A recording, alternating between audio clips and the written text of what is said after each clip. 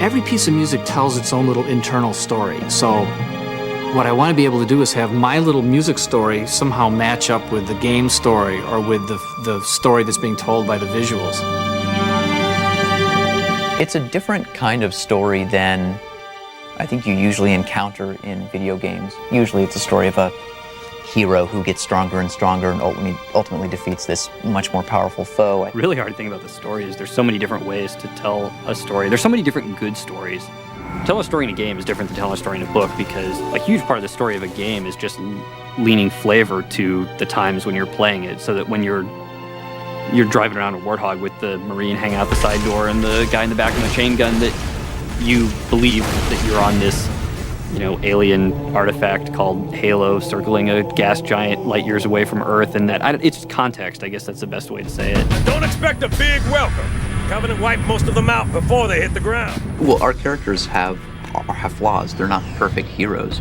And really, Halo's story is one about salvation. It's a story of warriors with not a lot of options who have their backs up against the wall and ultimately are trying to set themselves free. Yeah, I don't know if we're crazy or stupid or we just like good stories or what, but we certainly worry about that a lot more than you might think we'd have to in a game that's mostly just about action and about not thinking. This process began with the end of Halo and realizing all the stuff that we had left out. This is it, baby. Hold me.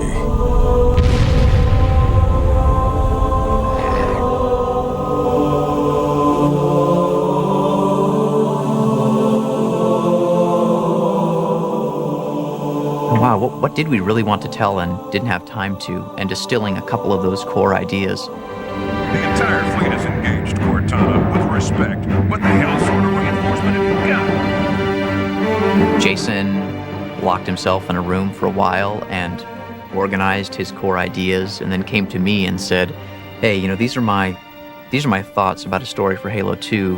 What do you think? And approached other people as well. It's not about making it complex, and it's not about playing movies for 2 hours between every 5 minutes of gameplay, but the more you can allow somebody to believe instead of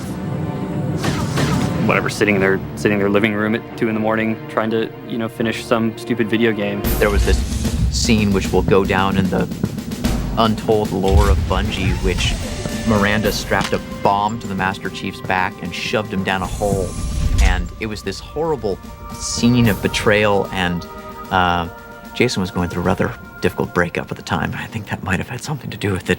In Halo 1, there was maybe 30 seconds of fun that happened over and over and over and over again. So if you can get 30 seconds of fun, you can pretty much stretch that out to be an entire game.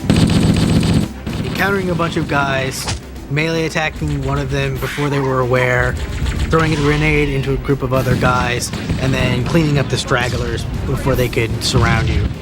And so you can have all the great graphics and all the different characters and lots of different weapons with amazing effects, but if you don't nail that 30 seconds, you're not going to have a great game.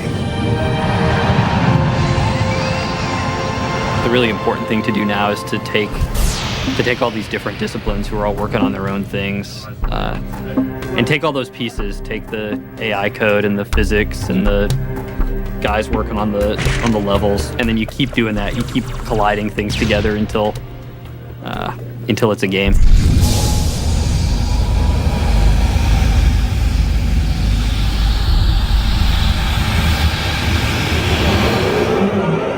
Animation is what brings our whole game to life nowadays. What we are doing now for animation is so much more in-depth. We're bringing so much more character to each one of the entities in our game. You have to realize that the character is going to run around that environment, look at it all over the place, up and down. We always want to try to put a bit of ourselves in the character. It's at least what I'm trying to do with the Brood as well.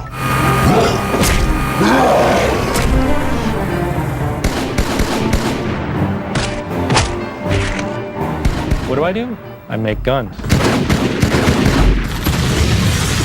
And so when you get another one of these, you get that butt and use it like a pistol, and you'll be able to have one in both hands, right? So you walk around with these two bullet hoses. I draw aliens for a living.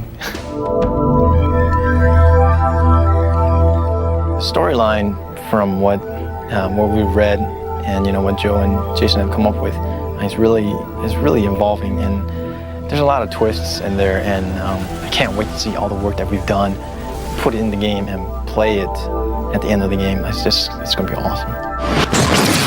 We really want it to feel like that there was history there. There's damage that existed from some battle that happened 900,000 years ago. The biggest challenge is packing in all the detail we want so that every time you look at the screen of your Xbox, you say, wow, that's beautiful. I guess we're sort of feeding off each other, so it's a really creative group of people that trust each other. We are the most cynical people. Like, we are the jaded crowd who, if a game doesn't entertain us in 5 minutes, we stop playing it.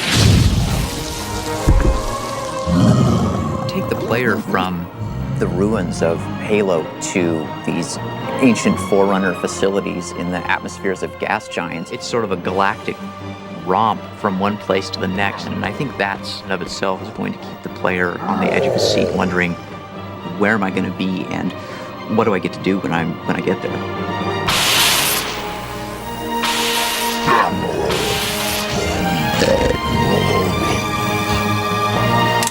Bet you can't stick it. You're on.